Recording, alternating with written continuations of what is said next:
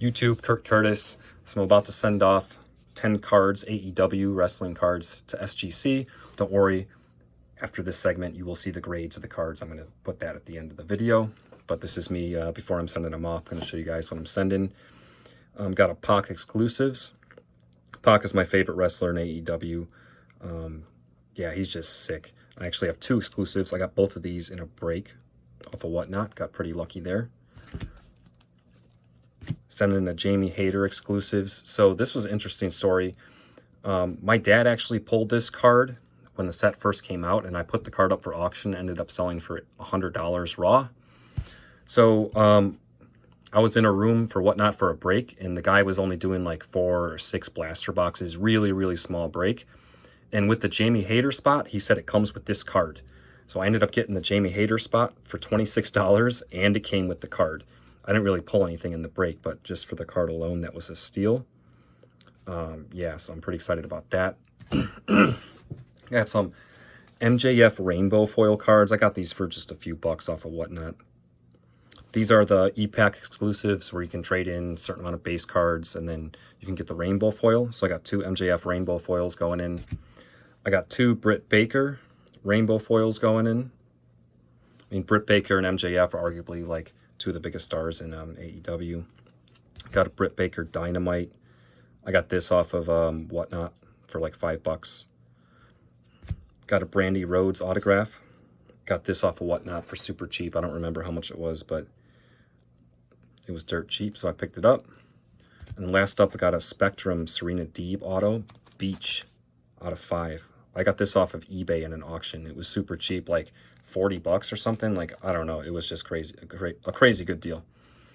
So yeah, the thing is though, I looked over these cards and I don't really see myself getting any 10s. Like, I just want to get these, you know, slabbed up just for the collection and all that. But like, these AEW cards are rough, man. There's like little tiny things on them. Like all these this whole first batch of cards, like I'm hoping for like best scenario, like a 9 or 9.5, but I'm not really sure if I'll even get those. Like, we'll see. The 2 autos, I think, have the best chance. They're in the best condition, I think, of the cards to actually get like a 10. Or, I don't know. We're going to have to see. I'm not feeling too confident about this submission, to be honest, but I just want to get the cards slabbed up. It's still pretty cool. These are all cool cards.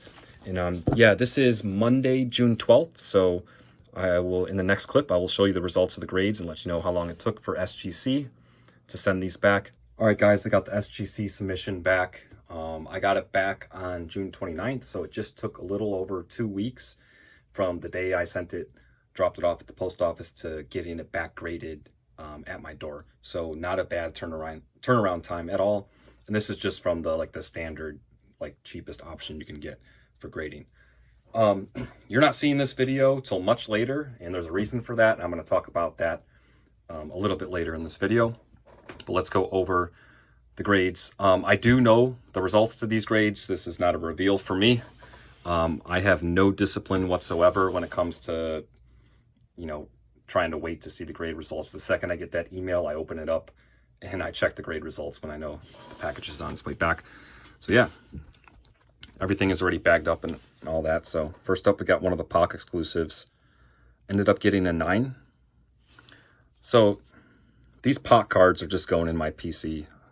I have no intention on selling them, so it's just cool to get them slabbed up. And yeah, I really like them.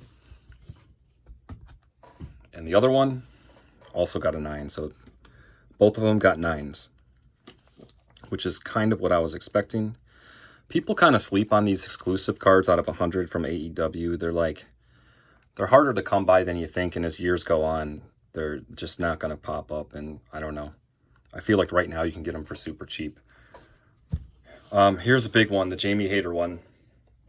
This is probably the biggest card that I sent off, and I was relatively happy with the result. 9.5. Jamie Hayter exclusives. Like I said, my dad pulled this card before, so I personally have sold, not this exact card, but an exclusives out of 100 Jamie Hayter raw for $100. So I imagine the 9.5 definitely bumps that up a bit. Probably be holding on to this for a while. Technically, I guess this would be Jamie Hayter's rookie. The exclusives out of 100. Got the 9.5. Very happy with that. Yeah, can't complain at all. Very happy with that result. Next up, got the rainbow foil MJF. Got a 9. These are the E-Pack exclusives, like I mentioned before. And I'm going to talk about these rainbow foil cards at the end of this because I had a little issue here with them. And also want to talk about this first edition on there as well. So got a 9 on the MJF rainbow foil. I really like these parallels. Can only get them through the E-Pack. I never bought any E-Pack packs from AEW, but you know, picking up singles is always an option. And the other one got a 9.5. Pretty sick. So I don't really know my plan for these 100% at the moment. But if I had to guess, I'll probably hold on to the 9.5, maybe sell the 9.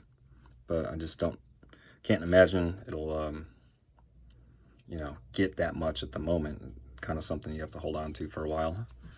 Still pretty cool. All right. Some more rainbow foils. Britt Baker. Got a 9.5 as well. So I'm happy with all these 9.5s. Because I wasn't expecting really to get them. I don't know. I thought maybe there was a shot. But yeah, I'm pretty overall, I'm pretty happy with the results of sending these off. Like I said, I didn't expect to get any 10s, but I kind of expected a little bit worse than I ended up getting, but I don't know. I'm not good at judging this. Like what cars to send in and all that. Another Britt Baker rainbow foil that also got a 9.5, so both of them got 9.5s.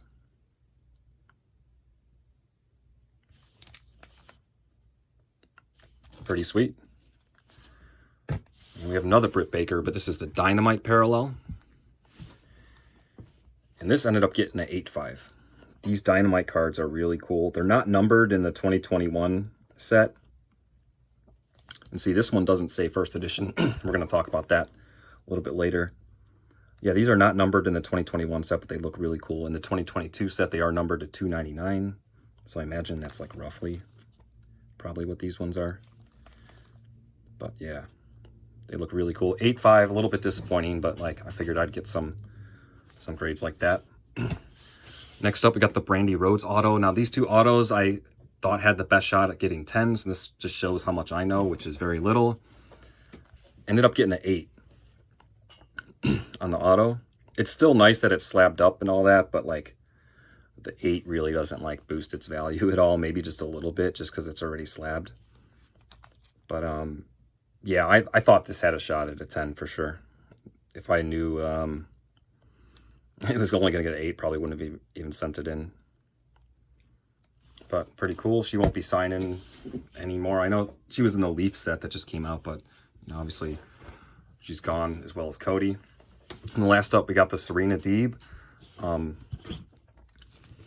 Numbered out of 5 Spectrum auto.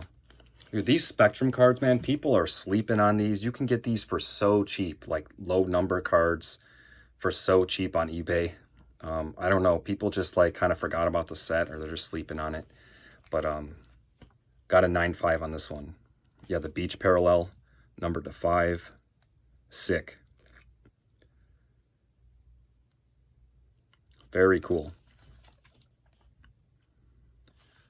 So that's Spectrum.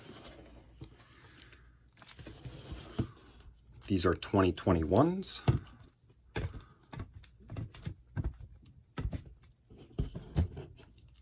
And the Bach and Jamie Hayter cards, 2022.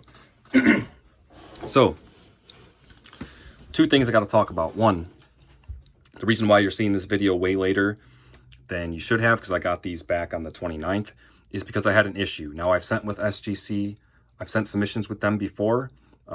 Most of my submissions have been wrestling cards, never AEW cards. So I've never had a problem with them. It's been great. I like the way their slabs look and all that, but I had an issue this time. And it's not, I'm giving them a pass just because it's the first time I had an issue, and the way they dealt with it was really good. So they fixed it right away. So, you know, obviously if it happened all the time, I probably would stop using them, but like it's only happened once and they fixed it right away.